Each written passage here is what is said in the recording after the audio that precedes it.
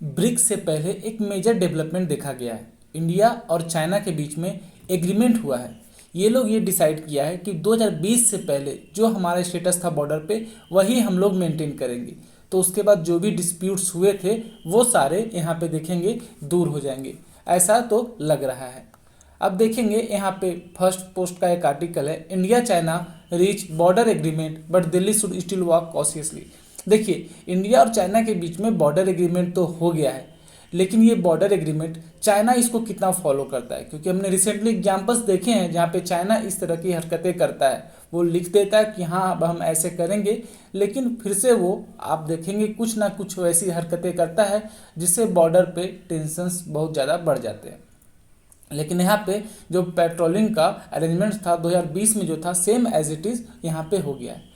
साथ साथ में ये भी देखेंगे कि जिस तरह से कनाडा हो गया, यूएस हो गया, सब इंडिया पे प्रेशर बना रहे हैं, तो ऐसे में चाइना से नज़दीकियाँ अगर बढ़ती है तो यूएस के लिए बहुत बड़ा मैसेज है कि आप हमें लगातार इस तरह से प्रेशर नहीं बना सकते हैं। और बताया जा रहा है कि पुतिन का इसमें बहुत बड़ा रोल है। पुतिन ने ये मैसेज कन्वे किया है दोनों कंट्रीज़ को कि आप लोग जो है ये जो बॉर्डर डिस्प्यूट्स अपने बीच में हैं वो सॉल्व करें। अब पुतिन के लिए ये बहुत ज़्यादा ज़रूरी हो जाता है। तो आप बोलेंगे सर रसिया क्या हमारे लिए इतना ज़्यादा सोचता है? नहीं, सोचता कोई नहीं है। ये देखिए दोनों कंट्रीज़ या तीनों कंट्रीज सबके इंटरेस्ट की बात है। अगर कोई कंट्रीज़ किसी के लिए कुछ कर रहा है तो ज़रूर इसके पीछे कुछ ना कुछ वैसा छुपा हुआ है, इंटरेस्ट छुपा हुआ है जो वो कंट्रीज़ अपने लिए कर रही है। अब बोलेंगे इसमें कौन से कंट्री को क्या इंटरेस्ट है? रसिया जो है इसको वेस्टर्न पावर्स अभी सैंक्शंस किए हुए हैं, आपको पता होगा जब से यूक्रेन कॉन्फ्लिक्ट स्टार्ट हुआ है। तो रसिया चाहता है अपनी जनता को, पूरे वर्ल्ड को ये दिखाए कि वो आइसोलेटेड कहीं से भी नहीं है। अब ब्रिक्स के दो जो बहुत ही स्ट्रॉन्ग मेंबर्स हैं, रसिया तो है ही, साथ में इंडिया और चाइना, जो मोस्टली मैं यहाँ पे दो स्ट्रॉन्ग मेंबर्स की बात कर रहा हूँ, चाइना और इंडिया। अगर ये दोनों के बीच में आपस में ही कॉन्फ्लिक्ट रहेंगे तो ब्रिक्स बहुत ही कमज़ोर पड़ जाएगा। और पुतिन को पूरे वर्ल्ड में दिखाना कि ब्रिक्स जो है अल्टरनेटिव है, जो नाटो है या वेस्टर्न कंट्री जो भी ग्रुप बना रहे G7 उसका। और लोग इस पे भरोसा भी कर रहे हैं कि जो एक मल्टीपोलर वर्ल्ड है वो ब्रिक्स से ही निकल के आएगा। मल्टीपोलर वर्ल्ड मतलब जहाँ पे बहुत सारे मेजर पावर्स होंगे। ऐसा नहीं कि यूएस एक मेजर पावर है सब उसको फॉलो करेंगे, वैसा कुछ नहीं है। अलग अलग मेजर पावर्स यहाँ पे होंगे। तो यहाँ पे रसिया ये चाहता है। यहाँ पे सी जिनपिंग जो चाइना है वो क्या चाहता है? देखिए चाइना जो है लगातार तैयारी कर रहा है कि वो ताइवान पे कहीं ना कहीं अटैक करेगा। तो ऐसे में वो नहीं चाहेगा कि वो इंडिया से दुश्मनी रखे। क्यों? क्योंकि अगर इस टाइम इंडिया एग्रेसिव हो गया तो फिर चाइना टू फ्रंट वार वो झेल नहीं पाएगा। भारत का इसमें क्या इंटरेस्ट है? जैसा कि मैंने कहा कि हम लोग क्या चाहते हैं कि पीसफुल बॉर्डर हम लोग का हो, तो इसलिए हम लोग के लिए बहुत ज़्यादा इम्पोर्टेंट है। पर वेस्टर्न कंट्रीज के लिए मैं बता दूं, उन्हें ये बिल्कुल पसंद नहीं आएगा कि चाइना और भारत दोनों एक साथ हैं, क्योंकि उनके लिए एक मेजर हेडेक हो जाएगा। क्योंकि भारत को वो लोग सोचते हैं ऐसा कि चाइना को काउंटर करेगा, लेकिन चाइना और भारत जब एक साथ आएंगे तो वेस्टर्न पावर्स के लिए बहुत ज़्यादा प्रॉब्लम होगा।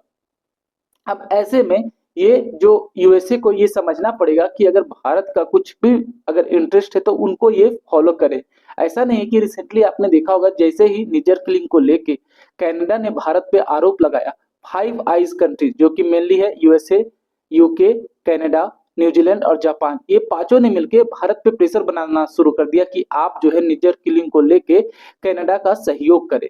तो ऐसे में भारत को कहीं ना कहीं समझ में आया कि यूएसए जो है वो लगातार टेररिज्म को सपोर्ट कर रहा है अपने फायदे के लिए।